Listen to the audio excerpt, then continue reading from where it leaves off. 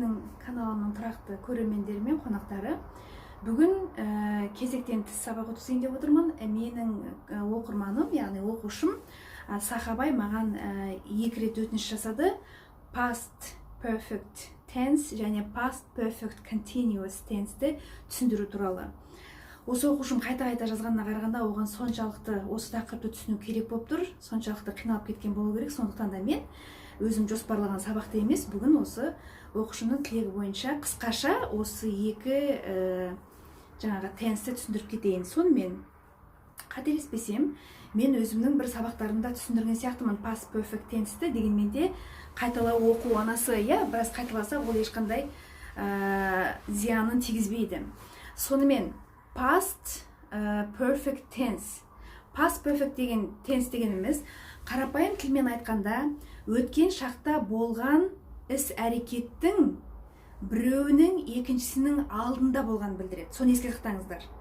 Қандай да бір 2 іс-әрекет өткен шақта болды, бірақ соның біреуі екіншісінен бұрын болды, екіншісінің алдында болды деген сөз.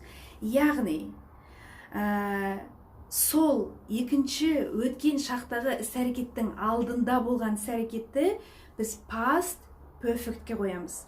Ал жай өткен шақтағы болған іс-әрекетті біз past indefinite tense'ке қоямыз, қарапайым өткен шаққа қоямыз. Мысал үшін қазақша мысал келтірсек былай. Мен үйге келген соң телефонымды жоғалтып алғанымды аңғардым. Яғни мен бірінші телефонды жоғалтып алдым, осы сөйлемге қарасақ. Бірақ үйге келгенше мен оны білген жоқпын. Тек үйге келгенде ғана барып білдім. Қазақ тіліне осылай аударылады.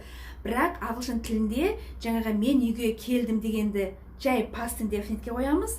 Телефонымды жоғалтып алғанымды past perfect'ке қоямыз. Мысал үшін, when I came home, I found out that I had lost my cell phone. Бірінші, I had lost my cell phone, телефонды жоғалтып алдым. Then I found out that I had lost it. Мына игра слов болып кетті. Солай, бірінші телефонды жоғалтып алғанымды мен past perfect'ке қойдым. I had lost my phone, my cell phone. And I realized it when I came home. I didn't realize it before I came home, okay? Енді past indefinite tense'тің сөйлемді құрағанда қандай формулаға саламыз? Өзінің бір формуласы бар. Соған салсақ бізде past perfect tense шығады. Әдеттегідей бірінші орынға міндетті түрде іс-әрекетті орындайтын адамды қоямыз. Яғни ол зат есім, ол мен, сіз, біз, олар, Том, Марк, Сильвия, etc. Бірінші орында яғни I.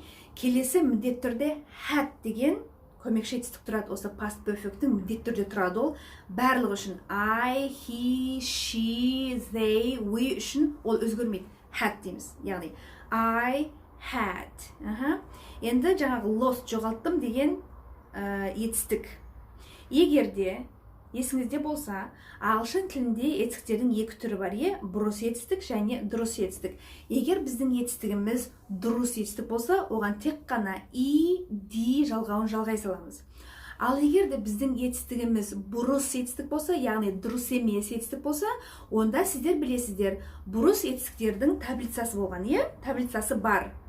Сол таблицаның 3-ші формасын аламыз. Мысалы үшін go, went, gone.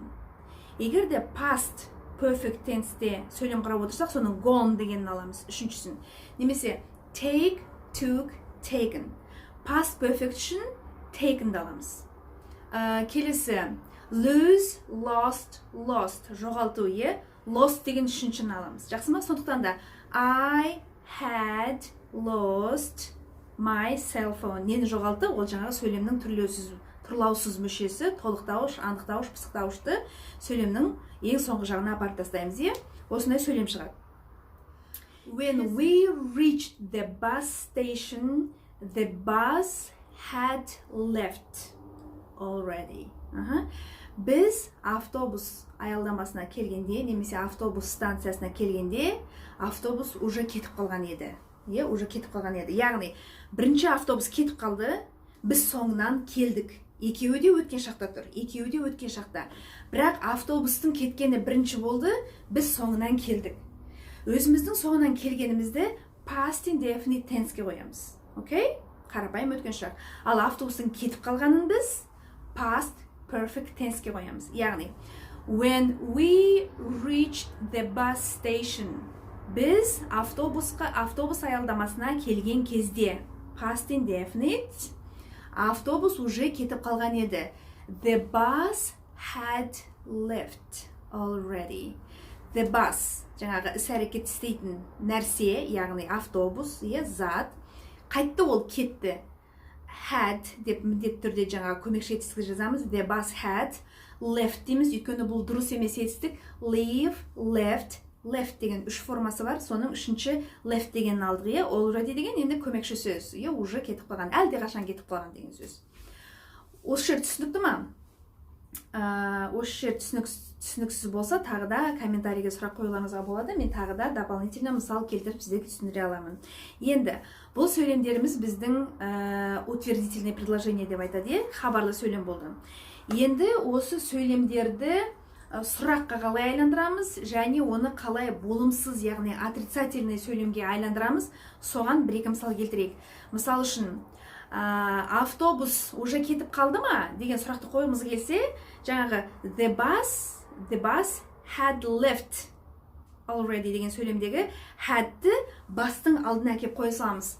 Had the bus left already? Автобус уже кетіп қалып па деген сөз. Had the bus left already? Егерде иә болса жауап, yes, the bus had left already болады. Автобус уже кетіп қалды. The bus had left already. Егерде автобус кетпеген болса, the bus had not left. Had not left. Not дегенді қосамыз. Осылай болады.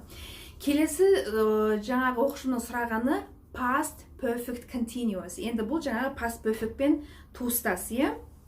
Ол яғни тағы да өткен шақтағы қандай да бір екі іс-әрекет, соның біреуі қандай да бір уақытқа дейін созылмалы уақыт аралығында болып жатты. Бұлай қарапайым тілмен түсіндірсек, бұл жерде present perfect сияқты жаңағы for 2 hours, since whatever time деген уақытты білдіретін сөздерді қолданамыз. Мысал үшін,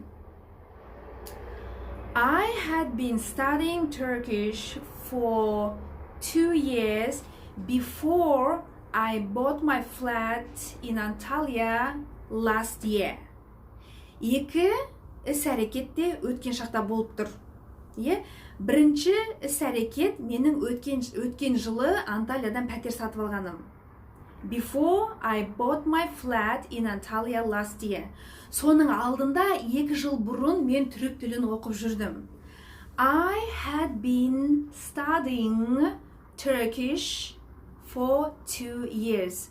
Бұл жаңағы менің үй сатып алғаннан да оның алдында болған іс-әрекет. Соны біз past жаңа не еді? Continuous, past perfect continuousға қойдық. Енді бұндағы формула тағы да I дейміз, had дейміз, міндетті түрде енді been келеді. Had been міндетті түрде өзгермейтін формула. Одан кейінгі етістікке ing деген жалғауды жалғаймыз. I had been studying. Өйткені біз жаңағы іс-әрекеттің болып жатқан созылмалы екенін көрсетіп тұрмыз, продолжающееся действие. Соны көрсетіп тұрмыз. Сондықтан да I had been studying деп тұрмыз. Okay? I had been studying. Сұрақ. Сен жаңағы пәтер сатып алғанға дейін 2 жыл бойы түрік тілін оқып жүрдің бе деген сұрақта жаңағы had'ті іс-әрекетті орындайтын адамның алдына апара саламыз. Had you been studying Turkish for 2 years before you bought a flat in Antalya деп ары қарай жалғастыруға болады. Егер де біз жоқ деп жауап берсек, болымсыз сөйлем болса, онда no, I had not been studying Turkish for 2 years. I studied only for 6 months, for example.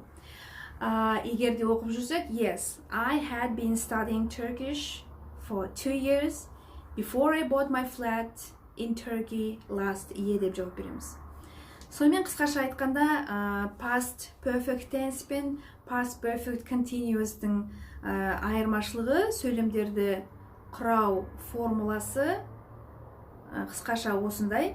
Әлі де түсінбей жатсаңыз, әлі де біраз мысалдар керек болса, менен сұраңыздар, бірақ дегенмен де өзіңіз мысал құрап, пікірге жазыңыз комментарийға, мен тексеріп, дұрыс па, бұрыс па екенін сізге айтамын.